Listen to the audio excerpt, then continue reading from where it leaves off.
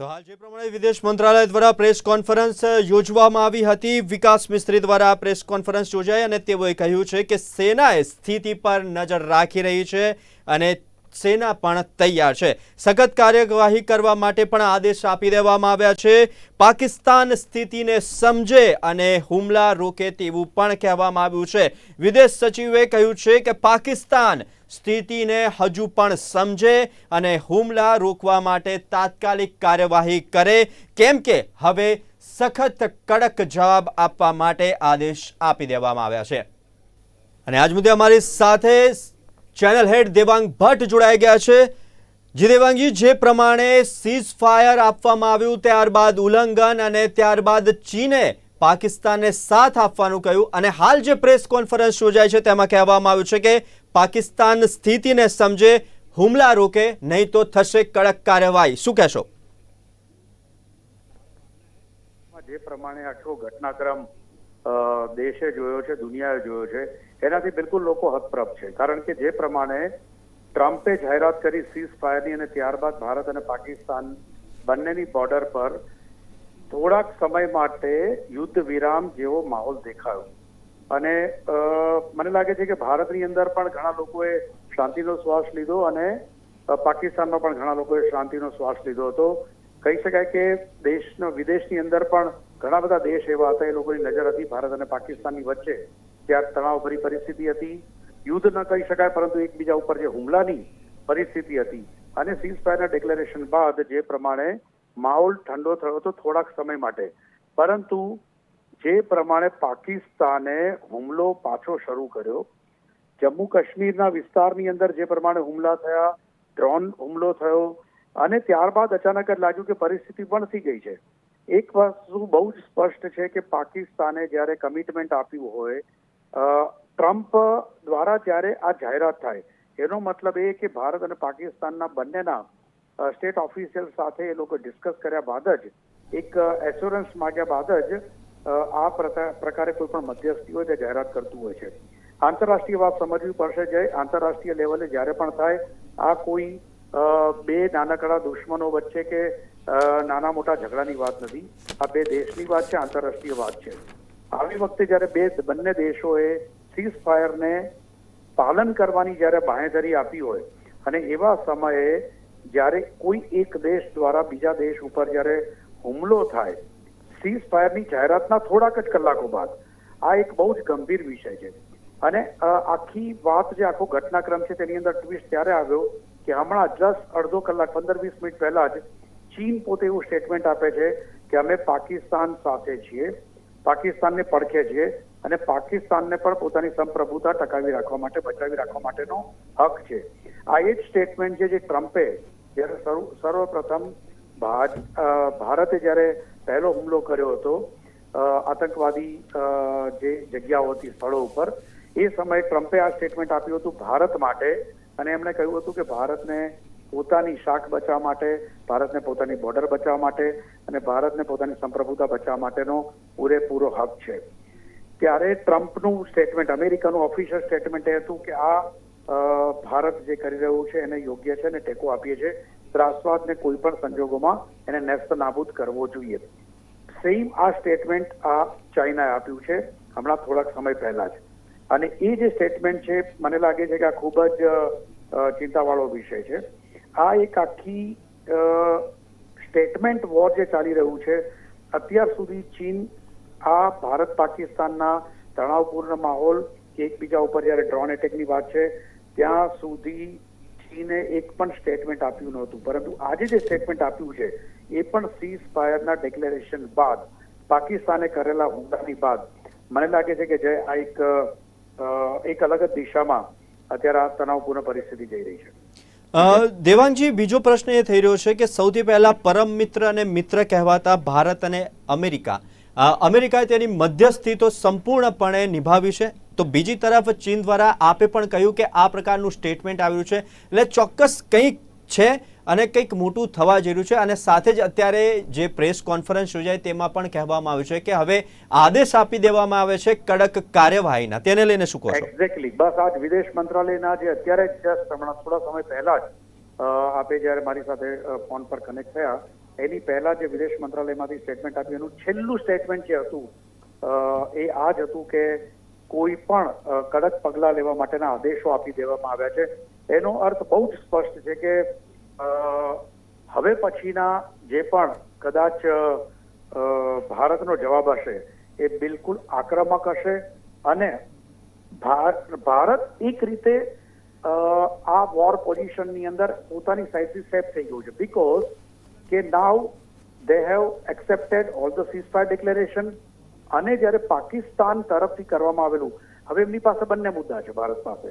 પહેલો મુદ્દો કે જે પહેલગાંવની અંદર જે પ્રમાણે આતંકવાદીઓએ 26 લોકોના જે જાન લીધા હતા અને બીજું કે સીઝફાયરનું ઉલ્લંઘન.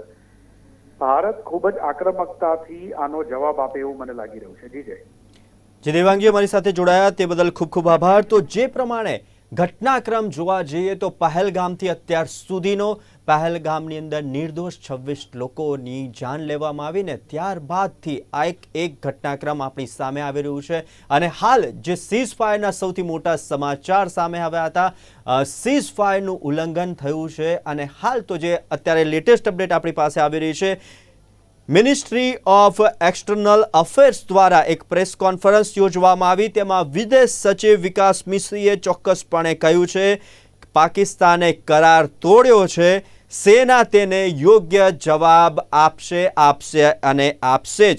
કે જે પ્રમાણે કહેવામાં આવી રહ્યું હતું સીઝ ફાયર બાદ સમગ્ર વિશ્વની નજર હતી ભારત અને પાકિસ્તાનનું યુદ્ધ હવે રોકાઈ ગયું છે, શાંતિપૂર્ણ તે સ્થિતિ જોવા મળી રહી છે સરહદી વિસ્તારોની અંદર અને સાથે જ આ પ્રકારની હરકત એટલે ચોક્કસ કહી શકાય કે પાકિસ્તાનની આ નાપાક હરકત, સીઝ ફાયરનું ઉલ્લંઘન અને ત્યારબાદ જે ચીનનું ટ્વીટ આવ્યું તે પણ એક ટ્વિસ્ટ લાવ્યું.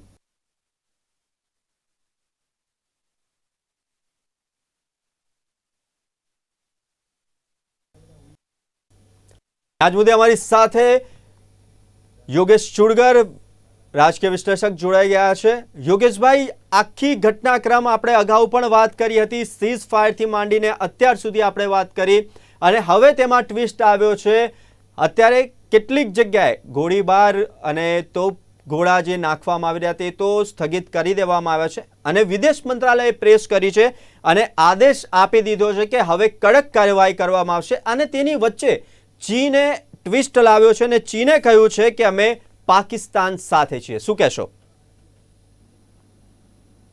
સાંજે 5 વાગે યુદ્ધ વિરામની જાહેરાત થઈ અને ત્યાર પછી 3 કલાકની અંદર યુદ્ધ વિરામનો ભંગ કરીને શ્રીનગરમાં ધડાકા થયા. કેટલા વિસ્તાર બોર્ડર ઉપર કેટલા બધા ડ્રેન ફેંકવામાં આવ્યા અને એ રીતે ફરીથી યુદ્ધ વિરામનો ભંગ કરવામાં આવ્યો એ હકીકત છે. એટલે આની પરથી અને પછી પાછળથી અત્યારે સેના એવું જાહેર કરે છે કે ના આવું કોઈ ગોળીબાર કે એવું થયું નથી. એટલે આખી પરિસ્થિતિ કઈ ગૂંચવણવાળી છે. એટલે હું એવું મારું પોતાનું અવલોકન એવું છે કે પાકિસ્તાનમાં સરકાર હોય અને લશ્કર હોય, સેના હોય, એ બે વચ્ચે કોઈ તાલમેલ હોતો નથી. એટલે આ જે કઈ યુદ્ધ વિરામ અંગેની સમજૂતી કરી એ સરકારે કરી, સેના એ માનવા તૈયાર ના હોય એવી શક્યતા છે અને પાકિસ્તાનમાં હંમેશા સેનાનો હાથ ઉપર રહ્યો છે, આર્મીનો હાથ ઉપર રહ્યો છે. એટલે કદાચ આ પરિસ્થિતિ હોય અને અત્યારે આપણે આ યુદ્ધ વિરામમાં સંમત કેમ થયા એ બહુ મોટો પ્રશ્ન છે. પણ તેમ છતાં જયારે યુદ્ધ વિરામનો આપણે સમજૂતી કરીને સંમત થયા હોઈએ ત્યારે જો આ યુદ્ધ વિરામનો ભંગ થતો હોય તો મને લાગે છે કે હવે ભારત શાંતિથી બેસી રહે અને પાકિસ્તાન તરફ થોડી પણ દયા બતાવે એ શક્ય નથી. એટલે હું માનું છું કે હવે એનો પૂરતો જવાબ એવો આપવો જોઈએ અને જે મોદી સાહેબે જાહેર કર્યું હતું કે એમને પાઠ ભણાવવામાં આવશે, તો હવે અમેરિકાનું કે ચાઇનાનું જે કોઈ દબાણ આવે દબાણને બાજુમાં મૂકીને પાકિસ્તાનને પૂરે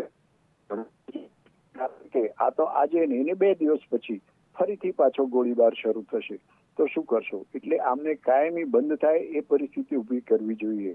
અને પાકિસ્તાનને તો શું છે કે જૂઠું બોલવાની ટેવ પડી છે. એમને IMF તરફથી જે લોન મળી છે એમાં કન્ડિશન એવી હતી કે સીઝ ફાયર કરવામાં આવે તો જ લોન મળશે. એટલે સીઝ ફાયર તો એને કર્યો અને પછી એનો ભંગ પણ કર્યો. એટલે જૂઠું બોલવાનું અને ખોટી રીતો અપનાવવાનું એ પાકિસ્તાનને ફાવી ગયેલું છે. જી યોગેશભાઈ, ભારતીય પડશે અને ઇન્દિરાજીએ જે કડક પગલા લીધા હતા એવી રીતે આપણે લેવા પડશે. યોગેશભાઈ, અમારી સાથે જોડાયા તે બદલ ખૂબ ખૂબ આભાર. તો હાલ જે પ્રમાણેના સમાચાર સામે આવ્યા છે, ચીને પણ ટ્વિસ્ટ લાવ્યું છે આ યુદ્ધની અંદર અને ચીને મોટું સ્ટેટમેન્ટ આપ્યું છે કે અમે પાકિસ્તાન સાથે છીએ. અને આ જ મુદ્દે ચર્ચા કરવા માટે આપણી સાથે એમ્પાયર સ્ટેટ બિલ્ડિંગ USA થી જોડાઈ ગયા છે પ્રશાંત ગઢવી, કે જેઓ રાજકીય વિશ્લેષક છે. પ્રશાંતભાઈ, આપનું સ્વાગત છે. બોલો.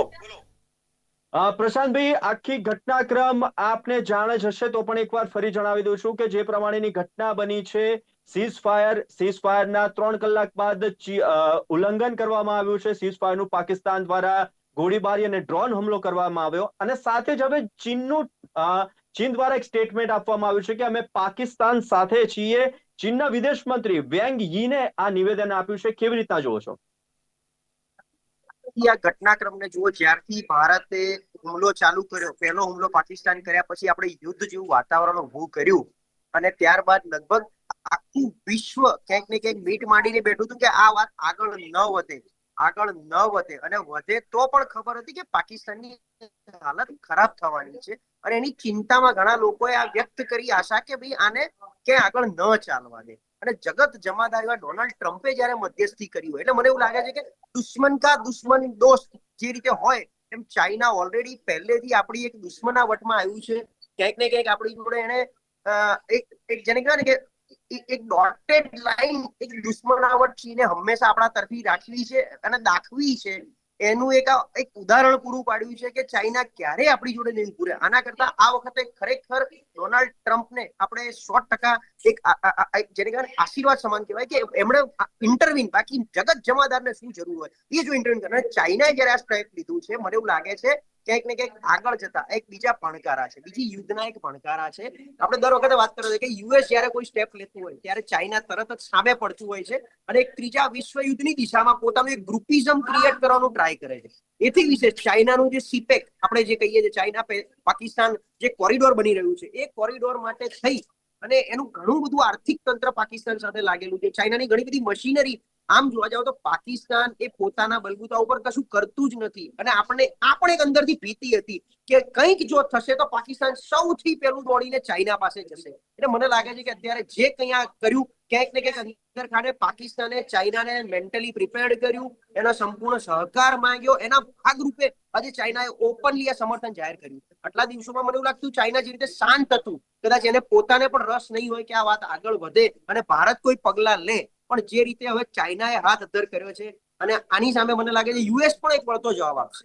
કારણ કે આજે આખી આ વસ્તુમાં આને મધ્યસ્થી કરવામાં, જેવી રીતે રશિયા વખતે નરેન્દ્ર મોદીએ એક મધ્યસ્થતા કરવાનો પ્રયત્ન કર્યો હતો, એ જ રીતે અત્યારે ચાઇનાએ મધ્યસ્થી નહીં પણ પાકિસ્તાનને એક હિડન સપોર્ટ આપ્યો કે તુમ આગે બઢો, હમ તુમ્હારે સાથે. એટલે આ તો ભારત સાથે એને કાયદેસર એક દુશ્મનીનું પ્રથમ પગથિયું. આમ બી તમે સમજો તો 45 વર્ષથી ક્યારેય ભારત અને ચાઇનાની જે આપણી અરુણાચલની બોર્ડર છે, ડોકલાહામ વાળી, ત્યારે ક્યારેય કોઈ દિવસ આપણે સામસામે આવ્યા નથી. આ 45 વર્ષ પછી પહેલી વાર બથમ બથી જેવો એક માહોલ ત્યાં ઉભો કર્યો હતો. ચાઇના એમાં એક વધારે આ બળતામાં ઘી હુમવાનો પ્રયત્ન કર્યો છે. મને લાગે છે કે આપણે આનો જડબાતોડ જવાબ પાકિસ્તાનને ધીરે ધીરે આપીને ચાઇનાને શાંત કરવું પડશે.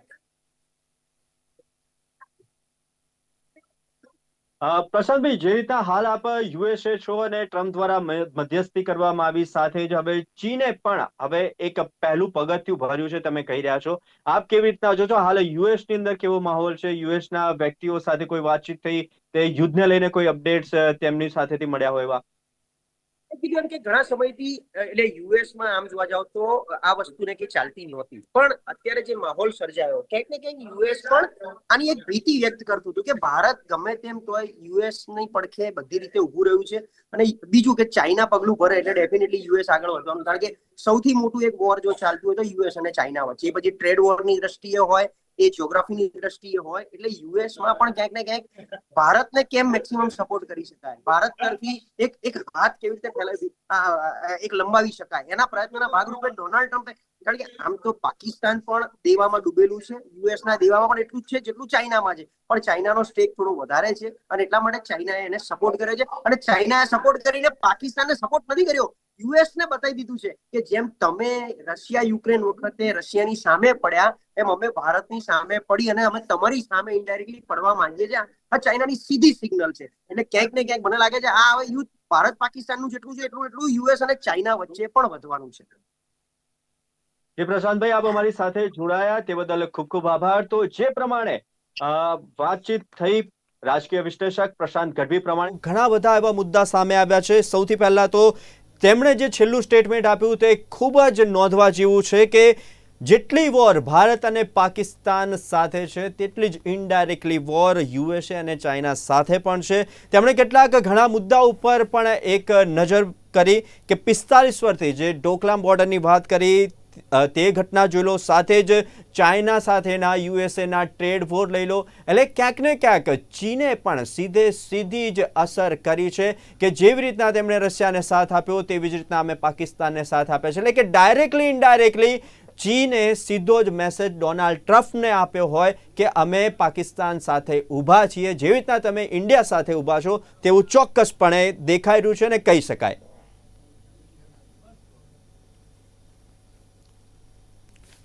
પ્રમાણે ચીન દ્વારા એક ટ્વિસ્ટ આવ્યો છે. આખો ભારત પાકિસ્તાનનું યુદ્ધ છે તે સમાપ્તિના આરે હતું, સીઝફાયર આપી દેવામાં આવ્યું હતું, તેની વચ્ચે ચીને જે ટ્વીટ કર્યું છે એટલે કે ચોક્કસપણે કહી શકાય કે પાકિસ્તાનની બેકબોન છે તે ચીન છે. ચીન અને એનકેન પ્રમાણે સપોર્ટ કરી રહ્યું છે.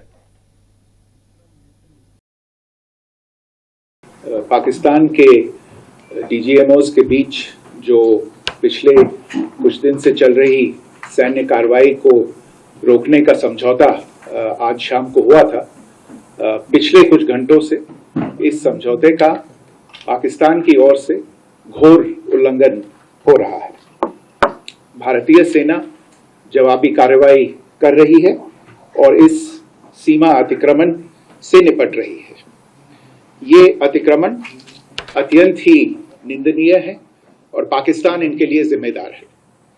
हमारा मानना है कि पाकिस्तान इस स्थिति को ठीक से समझे और इस अतिक्रमण को रोकने के लिए तुरंत उचित कार्रवाई करे. सेना ने इस स्थिति पर कड़ी नजर रखी हुई है और उसे किसी भी अतिक्रमण से निपटने के लिए ठोस और सख्त कदम उठाने के लिए आदेश दे दिए गए हैं. પાકિસ્તાને યુદ્ધ વિરામનો ભંગ કર્યો, ત્યારબાદ વિદેશ મંત્રાલયે પણ બ્રીફિંગ યોજી તાત્કાલિક ધોરણે અને કહ્યું છે કે હવે કોઈ પણ પ્રકારની કાર્યવાહી કરશે પાકિસ્તાન તો જડબાતોડ જવાબ આપવામાં આવશે તેવો આદેશ પણ સેનાને આપી દેવામાં આવ્યો છે. પાકિસ્તાને ભારતીય ક્ષેત્રમાં ઘૂસવાનો પ્રયાસ કર્યો છે જેને સેનાએ કડક પગલાં લેવાના આદેશ આપ્યા છે. વિદેશ સચિવે પણ કહ્યું છે કે પાકિસ્તાને જે યુદ્ધ વિરામનો ભંગ કર્યો છે તેને જવાબ આપવામાં આવશે અને આવશે જ. જે પ્રમાણે આખી ઘટના આપણે જોઈ રહ્યા છે કે એક બાજુ યુએસ સીધી જ વાત કરે છે ભારત સાથે, પાકિસ્તાન સાથે અને બંનેને યુદ્ધ રોકવા માટે સમજાવટ કરે છે. સમજાવટ બાદ સીધી જ સીઝ ફાયરનો આદેશ આપવામાં આવે છે. બંને દેશો એકબીજા સાથે સહમત થાય છે અને 3 જ કલાકમાં 2.5 થી 3 જ કલાકમાં તેનો સીઝ ફાયરનું ઉલ્લંઘન પાકિસ્તાન દ્વારા કરવામાં આવે છે. અને ત્યારે ચીન વચ્ચે આવે છે અને ચીન ટ્વીટ કરીને એવું કહે છે કે ચીન તરફથી એવા મેસેજ સામે આવે છે કે ચીન એ પાકિસ્તાન સાથે છે. એટલે ચોક્કસપણે કહી શકાય કે ચીને પાકિસ્તાનને સાથ આપીને યુએસએને જવાબ આપ્યો છે. અને સાથે જ અત્યારે જે લેટેસ્ટ અપડેટ આવ્યા છે તેમાં કહેવામાં આવ્યું છે કે આવી કોઈ પણ અવરચંડાઈ સ્વીકારવામાં આવશે નહીં, આવી કોઈ પણ નાપાક હરકત સ્વીકારવામાં આવશે નહીં અને હવે એક્શન થશે તે પણ સખત થશે.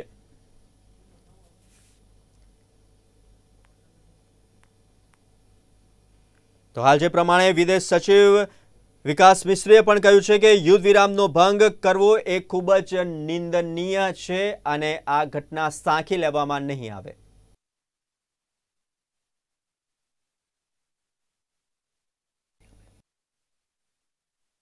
અમારી સાથે મીડિયામેન નિલેશ ધોળકિયા અમારી સાથે જોડાઈ ગયા છે. જી નિલેશભાઈ, આખી ઘટનાને કેવી રીતના જુઓ છો?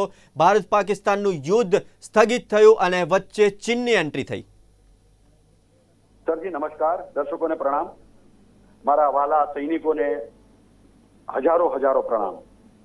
વાત આજે જ તે હું કોઈ અન્ય જે ચેનલની ડિબેટમાં 8 થી 9 મેં વાત કરી હતી કે આ પાકિસ્તાન ગદ્દાર છે, નાપાક છે, કમજાત છે અને એક પોતાની જાતથી બદલાઈ જવાનું છે. કારણ કે ભારતને 4 વાર ગદ્દારીનો અનુભવ કરાવી ચુક્યા છે, 1965, 1971, 1999 ને વારંવાર.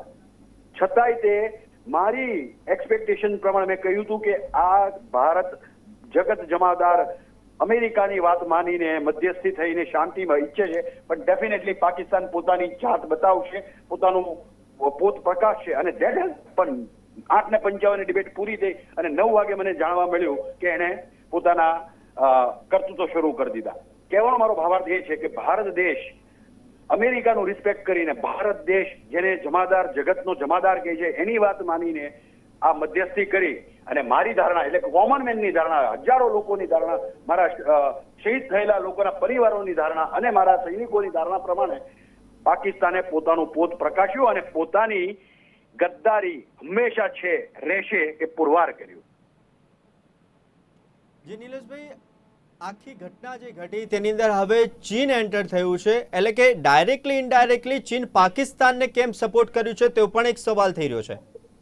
કારણ કે ભારત દેશ આગળ વધી રહ્યો છે અને ચીન ડિવાઇડ એન્ડ રૂલ, ભાગલા પાડો, બાજુવાળા પડોશીઓને લડાવો, જેથી કરીને પોતાના એમ્યુનેશન, પોતાની વસ્તુઓ પોતાના દાબમાં પાકિસ્તાનને રાખી શકે, પોતાની વસ્તુઓ પાકિસ્તાનને પહોંચાડીને એને ઇનડાયરેક્ટ દાબમાં રાખીને ભારતની આજુબાજુમાં અશાંતિ ફેલાવીને પોતાનું એને જે કાંઈ અપકૃત્ય કરવું છે એની માટે એને મોકો જોતો હતો અને એને પાકિસ્તાનને હાથો બનાવ્યો. પાકિસ્તાન હાથો બન્યું અને એટલે જ એ ઈચ્છે છે કે પાકિસ્તાનને મદદ કરે અને ભારતની વિરુદ્ધ હંમેશા પાકિસ્તાન રહે, જેથી કરીને બે જણ લડતા હોય એમાં ચીન ફાવી જાય. તો નિલેશભાઈ, જેવી રીતના ચીન ફાવી જાયની વાત કરો છો, તો સાથે ચીન અને યુએસનું પણ કનેક્શન આપ કેવી રીતના જુઓ છો? દેખો, અમુક વસ્તુ એવી હોય છે કે જે દેખાતી હોય છે પણ હોતી નથી ને જે હોય છે તે દેખાતી નથી હોતી. ભારતને પાકિસ્તાન જોડે લડાઈમાં 4 દિવસ પહેલા જગત જમાદાર અમેરિકા બોલ્યું હતું કે અમે આ બંનેની લડાઈમાં નહીં બોલીએ.